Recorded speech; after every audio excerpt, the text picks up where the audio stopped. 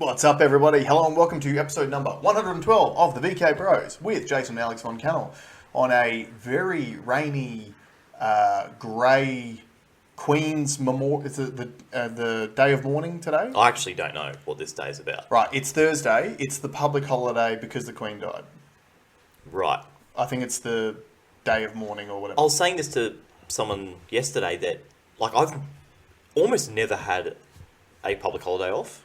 Yeah. Because, like, the car industry, in sales, you're always open. Yeah, that's right. And it's good to see that now that's changing because most of the dealerships are shut today. Okay. But, yeah, they don't register for me. I don't know is this one of those, like, recognised public holidays that you're, like, not allowed to open? I don't know if there's any laws on it. Because you know how, like, Anzac Day you can only open at a certain time? Yeah. Christmas you have to close and all that sort of Yeah, stuff. I don't know if any of that's real or if it's just a bit of... It's just used by employees Probably. or employers. Yeah. It's probably a little bit of folklore in that. Yeah, just want to give a shout out to the Queensland Police Service for the gentleman sitting at the bottom of the hill just around the corner from here, doing his absolute very best to hand out commemorative photographs of where you were rolling slightly too quickly down the hill. Yeah. Prices starting from as low as $287 and 1 demerit point. I know, because I just got one last week. Oh, did you? Yeah. Yeah. I've been done twice since I'm in Brisbane, both in 3-cylinder cars. You're right. Just too much power for Brisbane. Yeah. Well, no, I mean, if you would plot that on a graph, success, or like no no speeding tickets, higher output engine. So I need to drive more powerful cars so I don't get clearly. caught. Yeah. It's like you've got small engine syndrome. So you drive faster because you're worried about everyone steering you down. Yeah. But yeah, shout out to him. Police officer sitting in the median strip, right in the middle, underneath a tree with the gun out in the pouring rain at the bottom of the hill.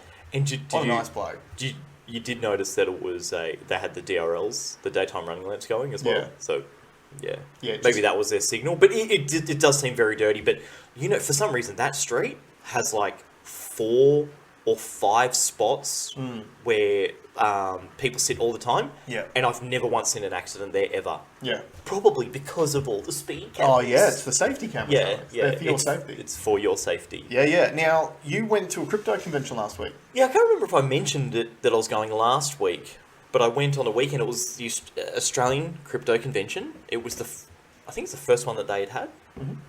Pretty well organised event. It was at the Gold Coast Convention Centre. Yep. Very expensive tickets, $250 to go. Yeah, right. Did you have to pay for tickets in crypto? Well, it's funny you say that, because last year when they said that they were having the convention, there was no ability to buy through crypto. Right. And people online were smashing it. Yeah. And then they said, if you buy in crypto, we'll give you your ticket as an NFT. Oh, yeah. Which I thought was a pretty cool idea. That's cool.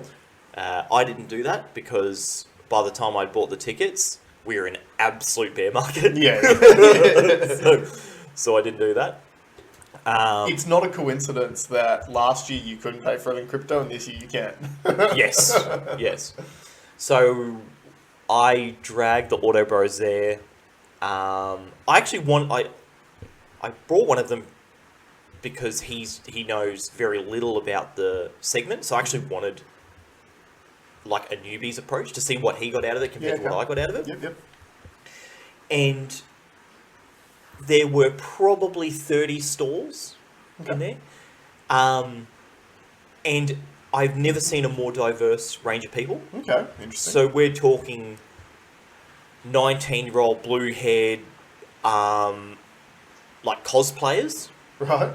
To 90-year-old men in walkers, like with walking frames. Yep, and everything in between. They're hodling hard, yeah.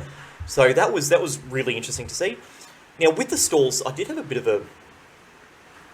Look, I allocated 2 days to the event, and it was done in half of 1 day. Right. 2 reasons. One, all the talks that they had, which were listed on an app, seemed very boring to me. It was very very basic level, I guess. Yeah.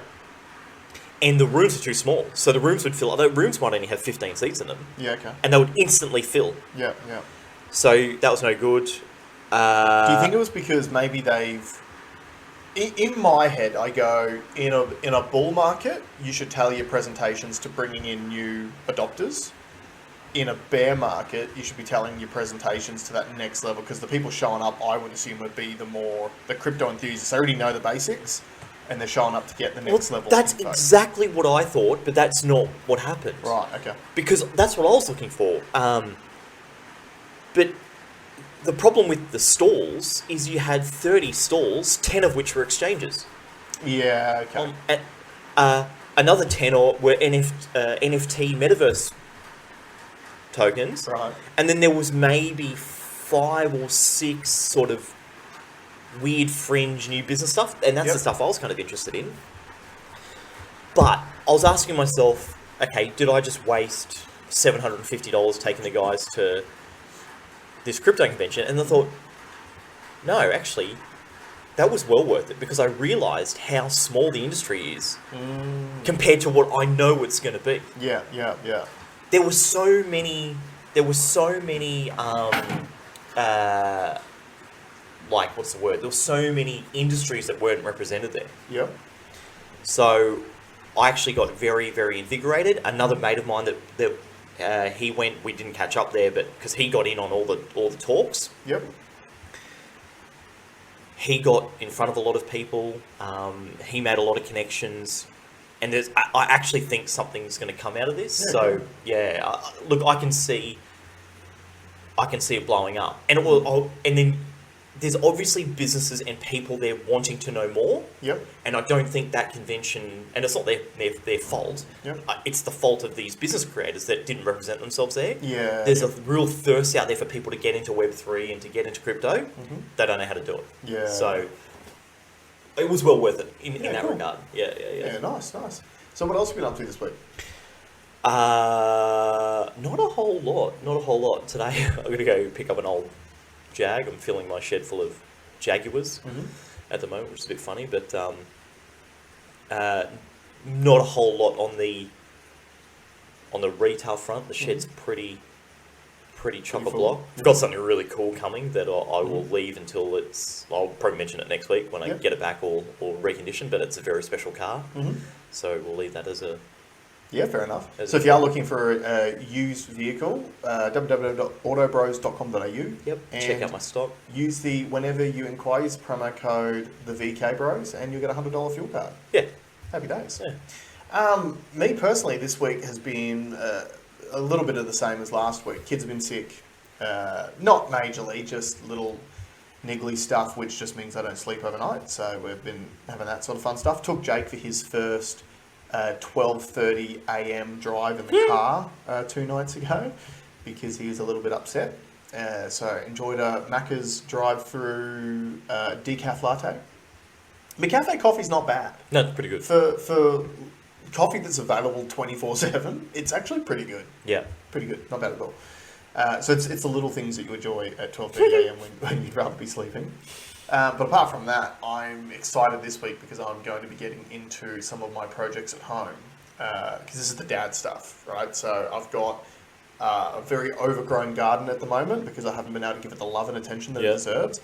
So as long as this rain actually goes away, I've got the old man coming down tomorrow. I'm going to get stuck into it. I'm going to be cutting down a lot of the palm trees that are like the bane of my existence because all they do is drop fronds everywhere and make heaps of mess. And I want to pull a lot of the trees out and actually plant some like fruit trees and stuff like that. Get some lemons going, get some mangoes going, probably some limes for the beers. Yeah, so that's my exciting project that I've got coming. Something I did do during the week that I forgot to mention is I went and did my tax. Oh yeah? And I learned something. Did you know, and this is for a lot of these people talking about housing affordability and rental affordability, did you know that if you are not, so if you're a landlord and you are not renting your house out for the market value, you cannot negative gear it. If you are, okay, so in other words, you can't deliberately rent your house out for cheaper. Yeah. Interesting. Now, I never knew that. I never knew that. I had a rental property for 10 years and I had no idea. And there's always this, I mean, for me, I always wanted to build a good relationship with tenants. Yep. And I was quite happy to leave the rent low Yeah. if they were good. Yeah. Yeah. Now, I also had a lot of really, really, really bad tenants. Yeah. But no one talks about that. No. That there is a I've never heard of it. disincentive To help people. To help people, Yeah, yeah. like you literally can't provide your investment property to someone for below market value and still get the tax benefits out of it. Yeah. That is insane. But you can kind of see why. Why?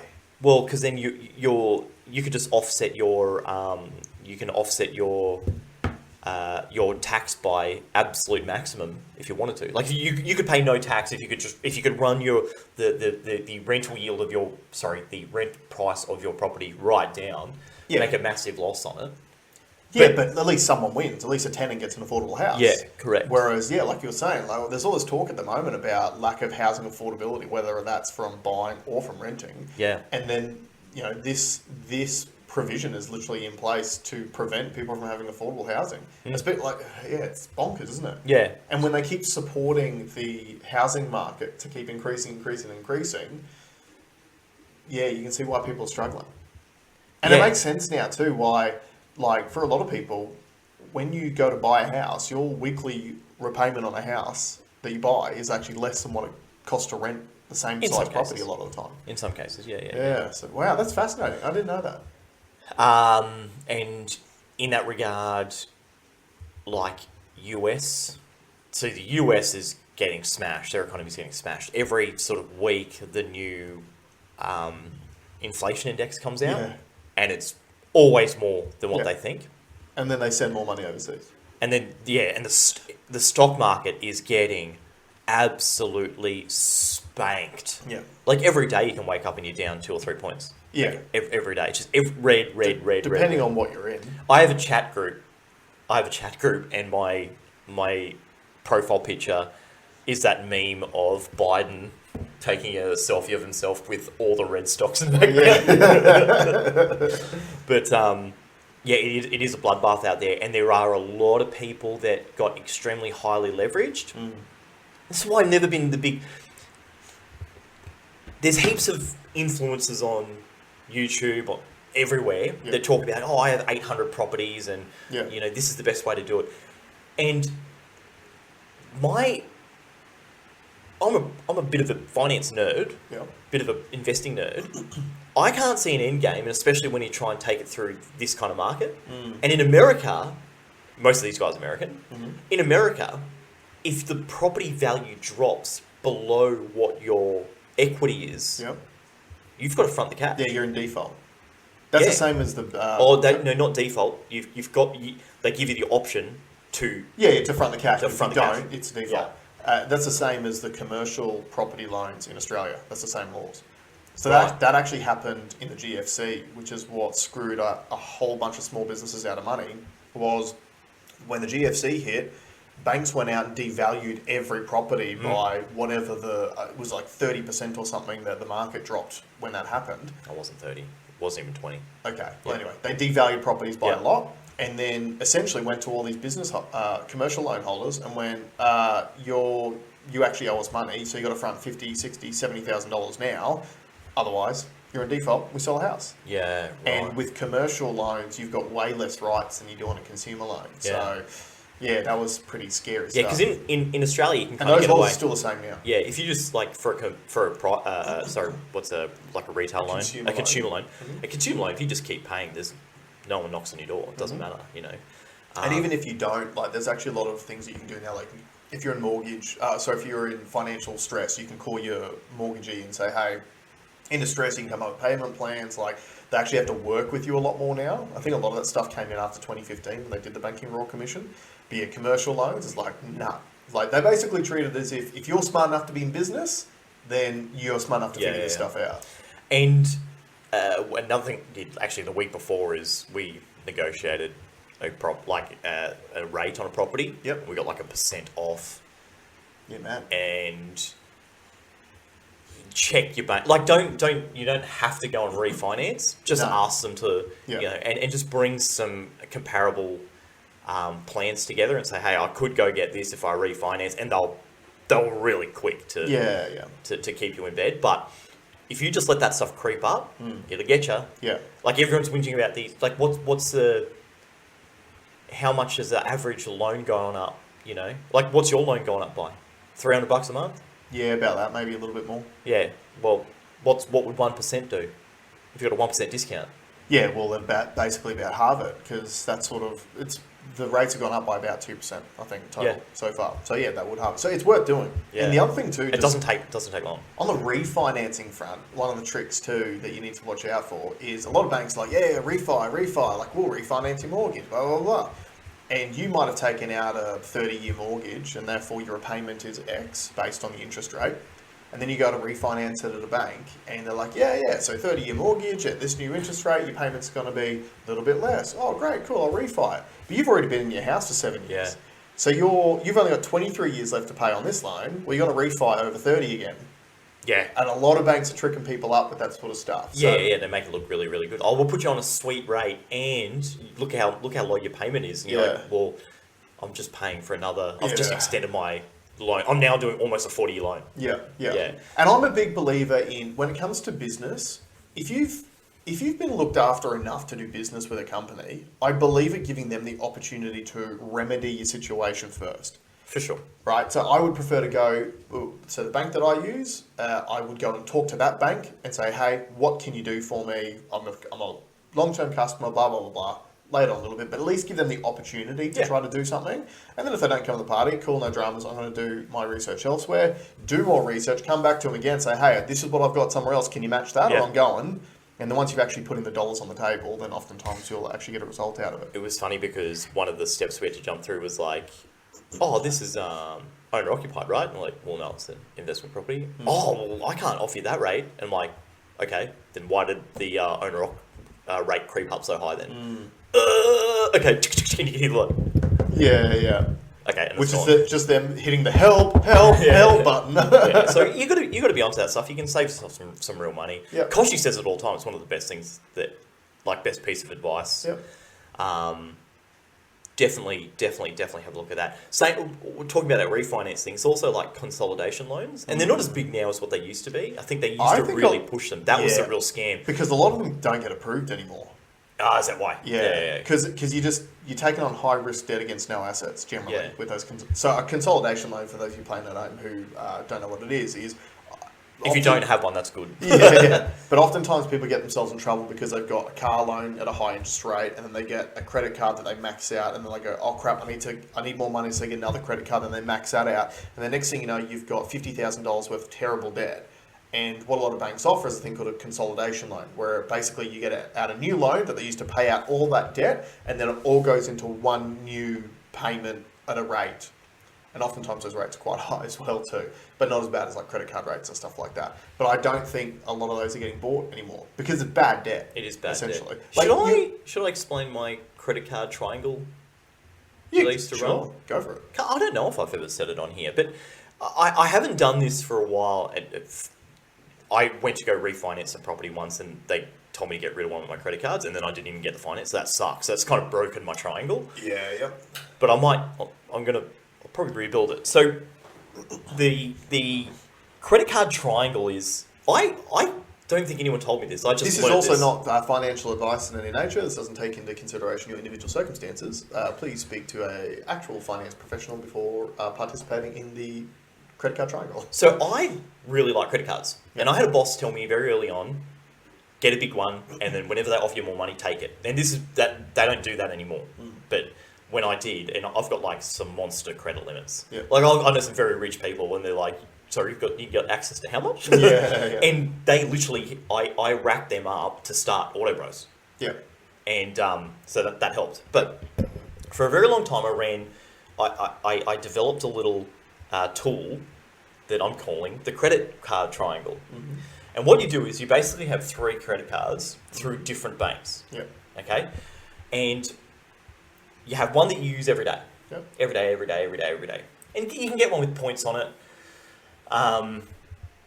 Points is probably, don't go chasing points. Points is like a nice little... Yeah, it's a nice little bonus. Right? Like if you've got a business that you're going to run a lot of money through a card, you may as well go on with points. Yeah, like I swiped 20 grand the other day to buy cards. Yeah. So rack that card up for a month. Then you've got 2 other cards. You put one card aside. You don't touch it. Yep. Okay? The second card, you don't touch until you receive an offer. Right. Okay, so what happens is when they realise that your card's inactive, Yep. they'll prompt you. The banks will usually prompt you with something. Yep.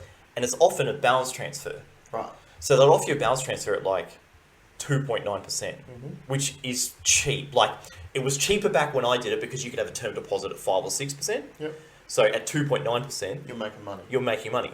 So what you do is, when they offer you the balance transfer, you'd always take it. So you transfer your full balance from the card that you were using Yep. Your everyday card to your balance transfer to the balance transfer card. Yep. Okay? And periodic, like, you'd start to pay that down in the normal installments, right?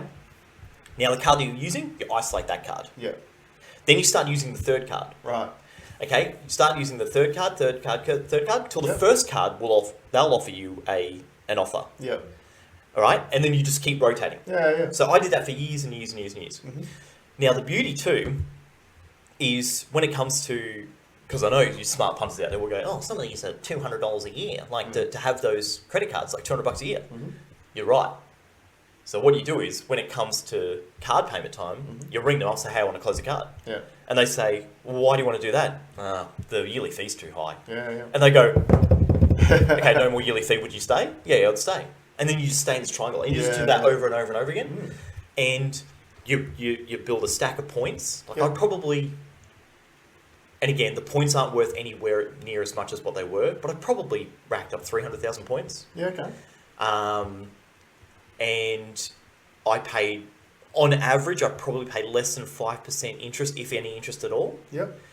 And that's massive on a credit card. Yeah, a credit card rate is 23%. Sorry, when I say massive, I mean Low. that's a massively low number Yeah, on a credit card. You usually pay about 22.9%, 23% on a credit card. With drink plant water. if you don't pay it out within the 54-day payment cycle. But that was a game that I used to play. Now, because I'm down one card, I can't play the game as effectively as I did before. Yeah. But I still have, one of them is still, because I put the bulk on one, and they're not helping me at all. Yeah. They've got nothing to offer me. But the one that the orphan card, they're throwing stuff at me all the time, and it only gets sweeter. Like, I can probably, I think yesterday I got offered 2.9% for 5 years. Yeah, right. Which is the cheapest money in the world that you'd buy. Especially at the moment with rates going up. Yeah. If you need to fund something, it's fantastic. So there's a little track. Alex's credit card triangle. Yeah, see, the problem is that the general population's credit card triangle is you get the 3 different cards, and look, one can have points on it, maybe get points on all 3, and then what they do is they rack up the credit balance on the first card, and then they go to the second card and they rack up the credit balance on the second card, and then they get a default notice on the first card because they're not paying for that, because you can't pay credit with credit, so you can't actually use a credit card to pay off the debt from another card. Which you can on a balance transfer.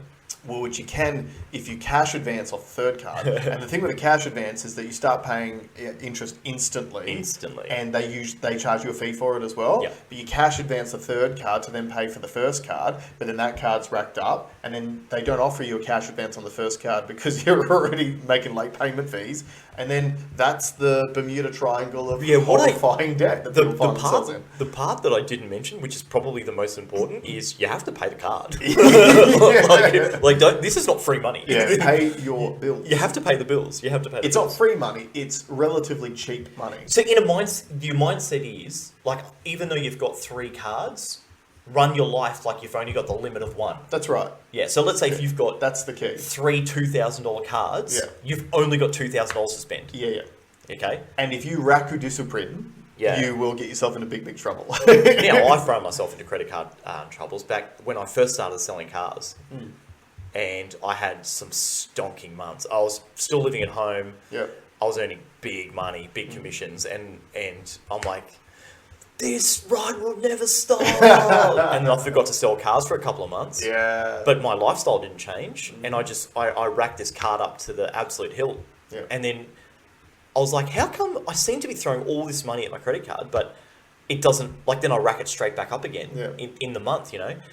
And they took a boss to tell me, he's like, yeah, because write down all your expenses, and then write down how much you earn. Like, see how there's that massive hole there? Yeah. And I'm like, it probably took me 4 months to like dig my way out of it. And it was literally just a psychological game, you know? Yeah, and look, it happens to everyone. Like, I did the same thing. I was 19 and a little bit broke and needed some extra money. So I went out and applied for a credit card, and the bank gave me $1,000, and I racked that up within a couple of months. And then it just sat there, and I had to pay it off over a long period of time because I already didn't have a whole lot of money. Yeah.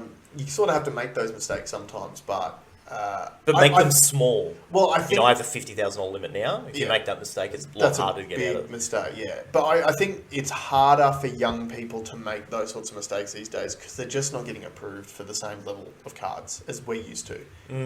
Like 15 years ago when I got my first credit card, like I remember they gave me $1,000 up front, and then even when I had it maxed, they were offering me increases. I don't think they do that anymore. I'm not sure. No, they I don't think you're allowed to. They're not allowed to offer you an increase. You have to request one. So literally, and then they do a credit check now when they never used to do it before. Yeah, right. So I was literally being offered increases when my balance had sat at the max. Well, you needed more. For months. Yeah, like, you clearly need more money, bro. Hey, this cash cow's over here. He needs some milking. Yeah, but the banks care. They care about us. Talking about the banks, did you see Malcolm Roberts put up from One Nation? He's concerned about the banks leaving the countries, like as in the countryside. Leaving closing down rural branches, which they are doing all over the place. Yeah, and they're even doing it in the city. But I think there's a real opportunity. It's a shame a bunch of what we call neobanks, which were like purely digital, trying to offer all the same services but online, they all failed. Yeah. You know, and it's a real shame because it is the only solution. You're not going to be able to open a branch. Yeah. Okay, the bricks and mortar stuff just doesn't. The business model doesn't work when you have to be so competitive. Yeah. So the internet is the play. Yeah. I just don't know why they haven't worked. I think a lot of it is just based on. I mean, the rural stuff. A lot of it is older people who need to go into a branch to be able to do business because they don't know the internet. A lot of rural places too probably don't even have decent internet, or maybe they do now that Starlink's available. I don't know.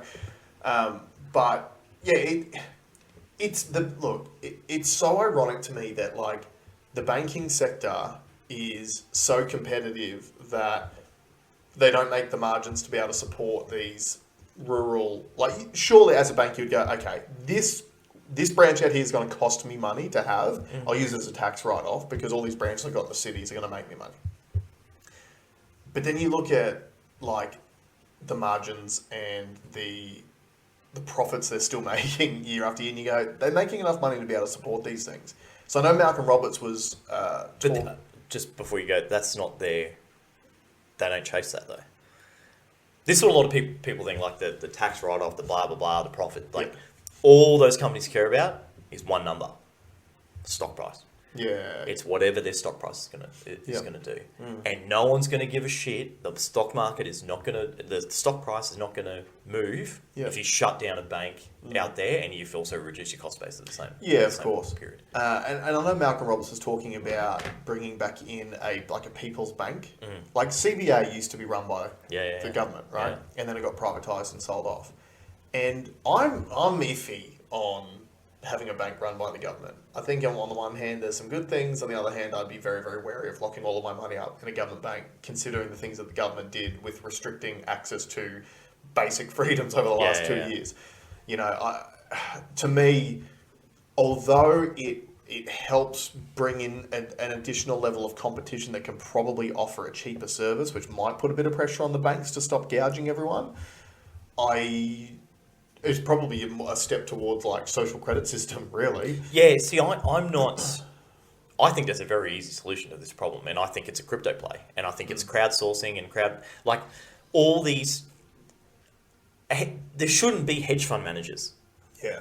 Right? Because you should be able to participate as an individual directly into things that you think need money. Like, for example, if a farmer needs a loan so they can buy all new operating equipment so that they can get a better return on their yield. Yeah. Well, hey, I think that's a good loan for them to have. It makes a lot of sense to me. Yeah. Well, what if I put my personal funds into that? You could stake your own funds at a... And I get a return direct, and doing it digitally and on the blockchain, you can keep the costs way, way, way down. I think that's probably the future. I would kind of like to also see maybe some reductions in loans. Like I'd like the loans to be a lot smaller and a lot shorter term. Yep. Because if it is as easy as like 3 clicks, man, I need money now, click, click, click, boom, Yep. you've got it. And Binance does give you the ability to do that. Mm-hmm. You have to, if you want a 10 grand loan, you have to front 5. Yeah. Is it front 5? They'll give you 10, but a maximum like 6 months. Right. You know, which is very similar to how business loans work in terms of like, what do they call them? Asset finance. Yep. Like if you needed to buy something for a business that was going to give you a return, you'd get a loan, and usually at a very high rate. Yeah. But it's only paid over such a short time that it kind of doesn't matter. That's right. Yeah, and that's the whole thing. Is that the idea is you pay it off in a short period of time, so even though you're paying a high rate, because your interest bill is going to be the same as getting a low rate over 5 years. Yeah. So I can see. I see great opportunity for someone to make a really good play, and maybe there needs to be more education around it. Like you said, it could be an older demographic, but that is, to me, what I see is the future. Yeah. And it decentralized. We can all have a piece of it, so we can all grow together instead of just the banks, like Combank taking $1 billion a month in profit, you know, and yet still closing all the banks down. Well, and then it's just another example of the contempt that these large institutions have for the people, and they just treat you like you're stupid, because like they're making record profits year on year. No matter if the economy is going good or bad, they still make their money. oh, either way, yeah. When they write it up and they write it down. Yeah, and then the Reserve Bank comes out and increases the interest rates, and then the banks straight away, they're like, oh, due to increases in costs of lending, we need to pass this on. And it's like, yeah, but you're still making like billions of dollars a month. And you would, you know, I've had this complaint a million times, but especially over the last 2 years, when the government has stepped in and put handbrakes on many businesses in the last 2 years, but they never handbrake the banks. And it's just Well, I mean, ASIC was. That was a big handbrake. Was it The though? Royal Commission. Yeah, absolutely. What happened after the Royal Commission? I want to know, I reckon their loan book, although cleansed, I think is much reduced. Yeah, their loan book decreased, but the average rate they wrote everything out increased. That's true. Like, that was my experience. I was writing finance after, like, during the Royal Commission and afterwards, and all I saw was as soon as they went to rate for risk, instead of letting the originators pick the interest rate based on the profile, the average rate that we wrote business at went up by probably 2% minimum. Yeah, that's true. That is true. So it was all designed around, you know, not gouging young kids, and then a young kid would come in and wouldn't even get the opportunity to trick the originator into giving them a low rate. You know what I mean? Yeah. And there was a lot of guys that fought hardest to get the lowest rate were the ones that probably weren't going to pay back. 100%. Yeah. Speaking of numbers and big numbers and good numbers, I caught this article quickly yesterday from The Australian. COVID complications push Australian deaths to highest numbers in 40 years. So just a little brief bit. The alarm has been sounded about COVID-19's hidden impact, as new data shows that more people have died in the March quarter of 2022 than in any other March quarter in the last 40 years. Australian Bureau of Statistics population data published on Wednesday shows an 18% increase in deaths in the quarter compared with the same period a year earlier, rising from 36,100 to 46,200 deaths. It is the first time that more than 40,000 deaths were recorded over 4 consecutive quarters. So this is like the opposite of when they let you know if you're in a recession. You redefine it though. You Yeah, still yeah. redefine it. So that's not excess deaths. Or it is excess deaths, including COVID. It is. This is including COVID. Yeah. Southwestern Sydney Labor MP Dr. Mike Freelander, chair of the Senate inquiry into long COVID, said he was very concerned about higher than normal deaths in the pandemic and that more research was needed to ascertain why. While the inquiry was focused on long What's this COVID, guy's name? Dr. Mike Freelander. Yeah, you're not going to hear from him again. Well, no, but you will though, because he's the chair of the Senate inquiry into long COVID. So into Oh, yeah. the excuse. Yeah. So while the inquiry was focused on long Long COVID, COVID cause like myocarditis. it's interesting Heart that attack you straight might after say the- that. So literally the next sentence I was going to read. While the inquiry was focused on long COVID, he said, there is a concern that COVID itself increases inflammatory responses, predisposes people to stroke and cardiovascular disease. Of course it does. The other question is, are there risk factors? Is there anything that can be done to modify the risk, Freelander said. The inquiry will collate data from scientific experts to gain insights into how COVID-19 impacts on Australians' health after the initial infection. I feel like there's going to be another mRNA play. Karen Cutter, spokeswoman for the Actuaries Institute COVID-19 Mortality Working Group, I'm sure that's a multi-million-dollar government-funded group that's just come out of nowhere, said about 6,000 more people died in the March quarter than could be explained by the ageing population. Half of these people died from COVID-19, she said, with a further 500 dying with COVID. Their deaths from causes such as cancer, circulatory diseases, and dementia likely to have been hastened by the pandemic. The remaining 2,500 people died from other causes. While it is unclear what, if any, role COVID-19 may have played, a higher than usual number of deaths from strokes, heart disease, dementia, and diabetes makes the working group suspect that it could be a factor. There are people who have had COVID and recovered, but it's weakened their immune system and they've subsequently had a heart attack or stroke that might not necessarily be directly linked to their COVID episode, Cutter said. Having COVID increases your risk of these sorts of things. Another possible reason for the increase in deaths this year, she said, was that vulnerable people who were shielded from influenza or RSV in the winters of 2020 and 2021 due to COVID-19 restrictions had succumbed to those respiratory illnesses. There have been some delayed deaths from those earlier years, she said.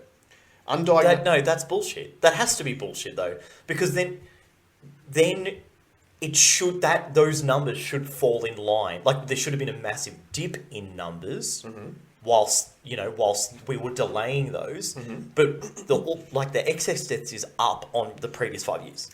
Yeah, it's funny that you would have those assumptions, Alex, because I went and looked at the actual Australian Bureau of Statistics data so far for this year, and so this year I think it's it's from January to May 2022, the provisional mortality statistics, and what I found interesting is, like I was saying, like the flu and the RSV thing.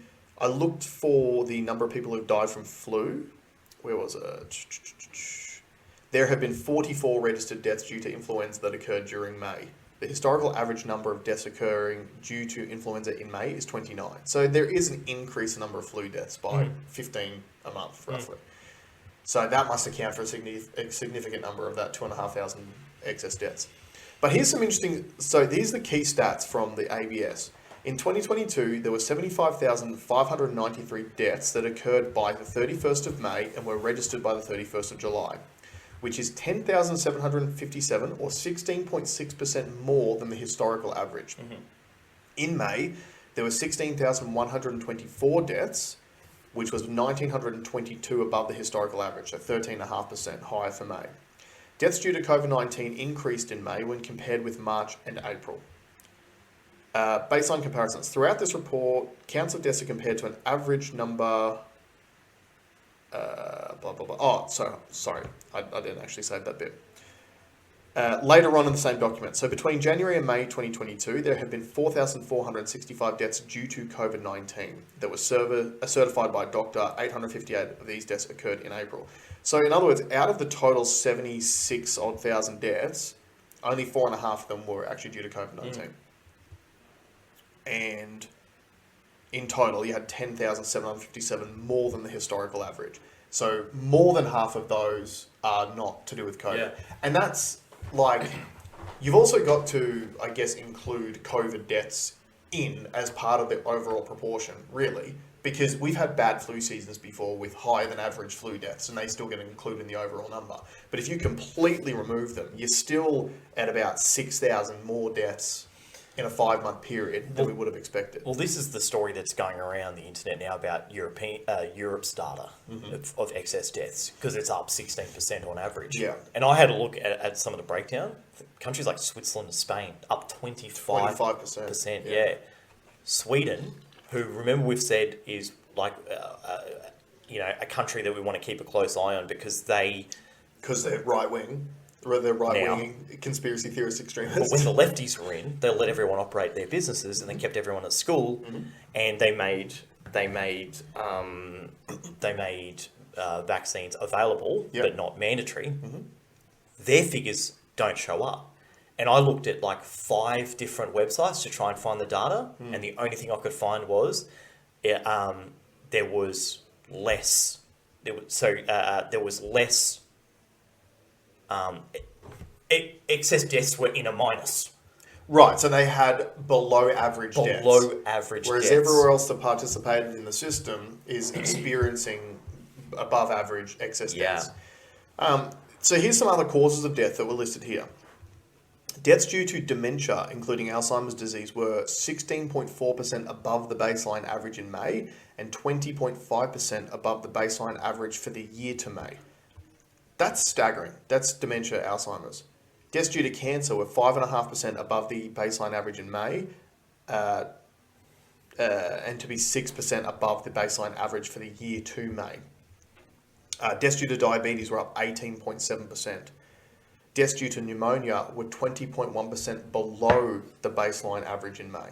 So I think, correct me if I'm wrong, I haven't really done my own research on this. Pneumonia often is a complication of respiratory viruses, right? And that's what ends up offing people towards the end.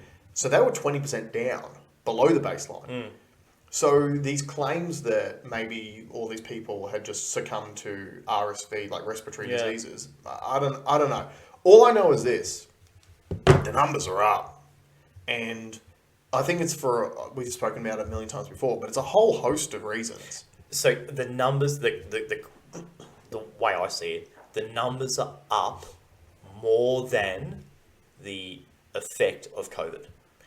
Yeah, absolutely. Yeah. It's over and above. And like I was speaking to one of the girls. So policy killed people. Yeah, it appears that way. Like I spoke to one of the daycare girls yesterday, and she was saying again about, because she asked me when we're going to bring Jake, because she's in the baby room, she loves the little ones. And I said, look, we're probably going to hold him out until after winter next year, because we want to skip flu season and put him in afterwards. And she's like, as much as that sucks, I totally get it. She goes, this last year has been the worst year in her career. She's been doing it for 20 years. She's like, I've never seen so much sickness before. I've never been this sick before. She's had COVID twice. She's had RSV. Now, adults don't normally get RSV because we've already had it before. She got it. Her 2 kids who are like 14 and 12, they both got it. Again, they shouldn't have had it either. And she puts a lot of it down to the fact that people's immune systems are so suppressed because no one was allowed out for 12 months. So everyone's just baseline immunity to every pathogen just disappeared. I struggle to.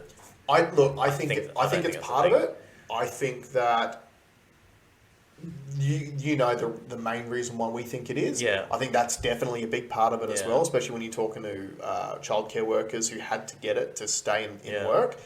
But I do believe that that sort of stuff probably, like the lack of just normal immunity building, I think is a big factor as well. Like lockdowns, when you think you're not coming into contact with new pathogens and you're also locked inside away from vitamin D, and we've now come to realise how important vitamin D is for these respiratory illnesses.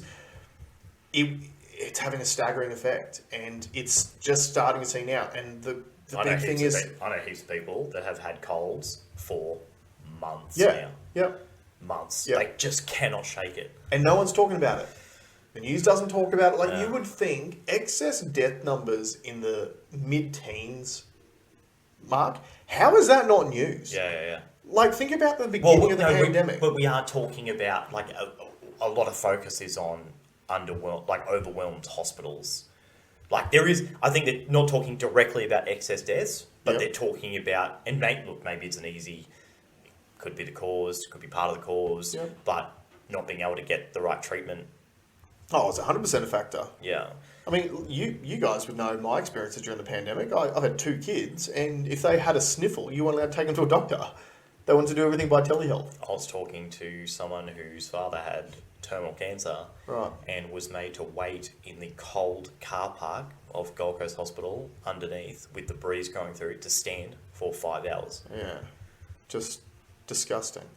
Like, in every conceivable way, we failed in this pandemic. Yeah. And we failed because people, through fear, refused to stand up and do what was right at the time. Like I was saying to her yesterday too, because she mentioned the thing about not being able to see the doctors as well, because she had her kids needing to see doctors and they weren't allowed to see them.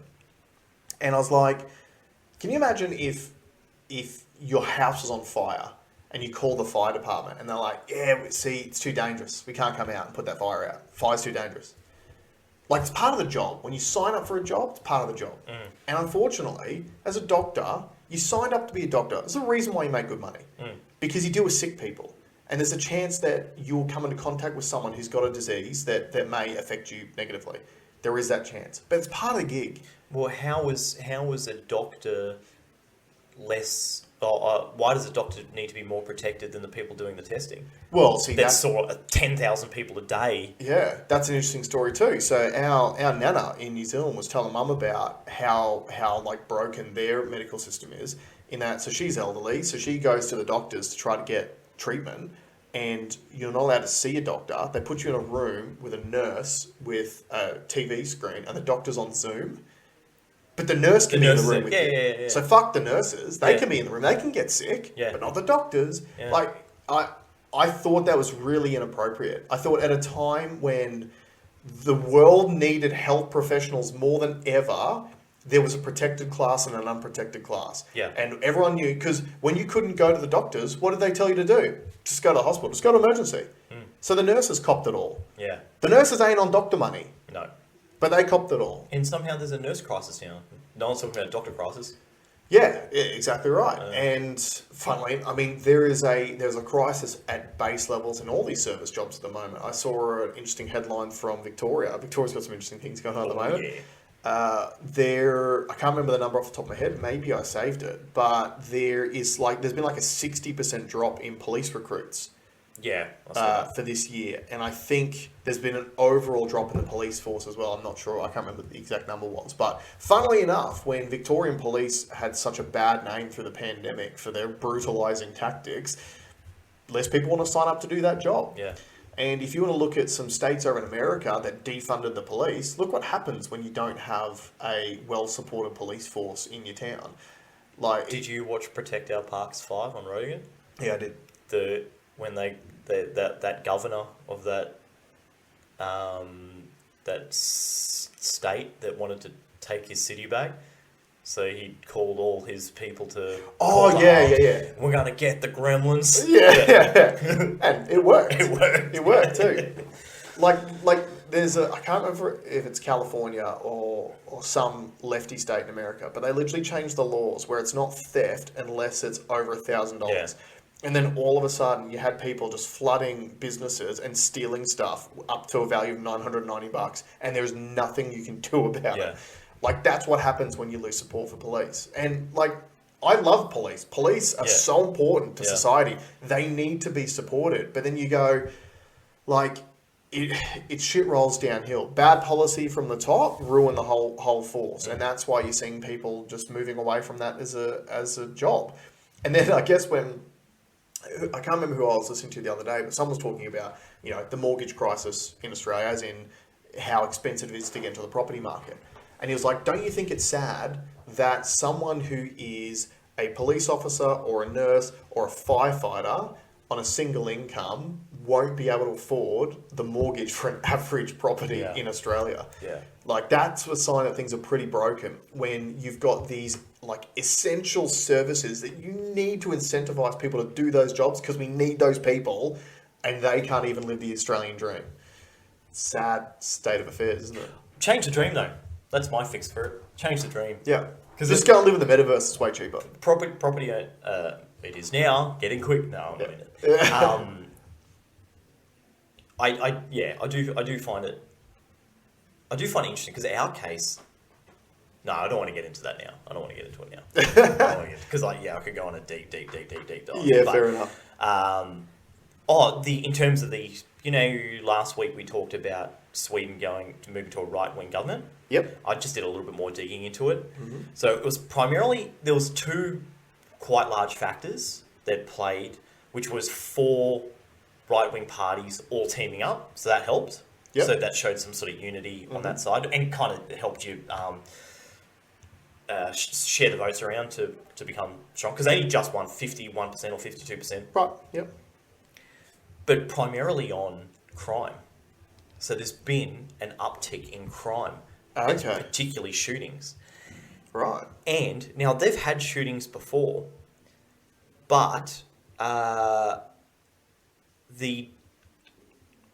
so 40 people died last year 40 people died this year. Mm-hmm. Hundreds of people died last year. And it was usually in the main towns, like in the main cities. Okay. But now it's spreading out into more of the Right. rural areas. Yep. Yep. So that was the base that they the right wing party had played Yeah. on. And I know Also, that a lot of it was immigration too, wasn't it? nuclear power. No, they didn't Oh, mention. They didn't okay. mention it. They didn't Right. mention immigration at all. But nuclear power is another one too, because they're big proponents of nuclear power. Interesting. So I wonder if the people. I mean, Swedish people are very smart, Mm. and I wonder if they're going like, "Hey, we can see this big energy crisis around. Yep. There's a way that we can fix it." And secure the ourselves. reason why they don't, like, no one goes to nuclear power is because it literally solves the climate change narrative problem. You know, it's the most efficient, low emissions energy source that we have readily available. Yeah. But if you do that, you're unable to grift on all of the other technologies that we're trying to use instead. I watched a documentary on the largest solar grid in the world. Guess what country it's in? The largest solar grid in the world, Dubai? No, it's in India. Right. It's in India. Okay. And it's got a lot of foreign investment. Yep. Now, without getting too nerdy, aspects of it. So they put. So it's in a desert in India. Yep. They put a section to tender globally. Mm-hmm. They want your money. You've got to produce energy for the least amount. Okay. It is the cheapest energy on Earth. Yep. But my question is it viable? Mm. So yes, someone like SoftBank, for example. SoftBank's a large investment firm. Mm-hmm. Yeah, they can provide power for 1.17 rupees per kilowatt hour, Okay. which is dirt cheap. Yep. But are they making a loss on it? Yeah. Now, SoftBank makes a loss on 80% of their stuff that they do, Right. but they just make monster profits on 20%. Yeah. So are we okay? That's not sustainable if it's all over loss. Now, I don't know if that's the case. I'm just reading between the lines. Like, all these investment companies coming in, well, yeah, you can have a piece in it. Yeah. Is it aiding your ESG target? Saying, Yeah. hey, look, I'm a part owner of the largest solar fund. Yeah. And if you're just sitting there doing your ass on it, well, then it's not really a No, it's not viable. Yeah. business. And what was interesting, the locals, they've got the shits because they used to herd their goats through there. Yep. And now they can't. They've got to walk around. Yeah. And they also were told they're going to get all the jobs cleaning the solar panels. Right. And But it was easier to just build a robot that does it. yeah. So there's like no one employed. Yeah. It's funny, isn't it? Like, I remember back a few years ago when we were talking about the bringing out robots to replace human beings. And like, yeah, it's going to be this great thing because you can replace a human worker that maybe earns, let's say, $100,000 a year and pay 30% a year in tax. And then instead of the business having to pay that worker, what you would do is you would just tax that business the 30%. Yep. So the business saves $70,000 and just pays $30,000 in tax. It's a win-win thing. And then obviously that's not at all. No, but so I'm all for automation. Me too. Automate everything. Automate the shit stuff that no one wants to do, so people can focus on the other stuff. Yeah. Things they do want to do. I'm a big believer in that. Yeah. So one quick thing I just want to mention before we go is, so in Victoria things are heating up a little bit because you've got the Victorian election coming out. Vote 1, Ian Cook. Yeah, vote 1 Ian. Anyone in the members of, like, in the seat of Mulgrave, vote for Ian Cook, please. Because if Dan Andrews gets voted out of his own seat, he cannot hold government anymore. He's Gotta get him out. Dusted, nada. But I speak often about the complete and utter contempt that we, the people, are treated by the people that we elect to govern us, right? Represent us. To represent us. And here is one of the best examples. This is from Voice of Victoria. It is a tweet from a guy called Mark Santomartino. On the last sitting day of Parliament in Victoria, they tabled 49 reports and 3 documents to go through. So, for those of you who are watching on YouTube, that's a stack of documents that the politicians were expected to go through on the last day. Now, you might wonder, why would they hold all that stuff back to the last day? It's because they know it won't get addressed at all. There was also the, where is it here? So the Independent Pandemic Management Advisory Committee has now submitted its reports on the management of the pandemic. So that would be a pretty key factor going into the election, that whether or not you re-elect the guy who managed you through the pandemic based on his performance. But the new health minister down there, Mary Ann Thomas, she put this tweet up saying, given the delay in receiving the reports and their expanded scope, I will need further time to consider the findings. While I'm not able to table the response today, I will release the reports and the government's response prior to caretaker. So what that means is, due to the fact that there are no more sitting days, no one's going to see the results of that report until after the election. And then when they'll win, and it'll be like, got it, we sucked at it. Yeah, and you voted us back in, you idiots. How can it go? But these are the games that the politicians play, and that is the absolute level of contempt that they have for their people. Because if it was really about public service, those 49 reports and 3 documents ain't getting kept to the last day so they don't get seen. They're actually going to be, like, if you did this at your job, you would get fired. Yeah. But this system is set up so they're allowed to do these things. So you have the opportunity, people of Victoria, and more specifically in the seat of Mulgrave, to vote them out. Actually hold them accountable. And I will say this too, because we spoke about this yesterday. I listened to an old podcast from a year ago, and I forgot, like, they were in the midst of lockdowns. You forget. Yeah. We forget, even though we talk about it on a weekly basis, even we forget how bad it was. Go back, watch our old episodes, go back and watch whoever you listen to, go back 18 months or 12 months or 2 years and hear what was said, because you forget how crazy it was. It was absolutely and there mental. were some people that were talking about it. Yep. And predicting a lot of this stuff happen, and there was a lot of people with a lot of like I said it throughout my game streamers that I was watching, especially the ones in the UK. You could see a mental diminishment in their psyche. Yep.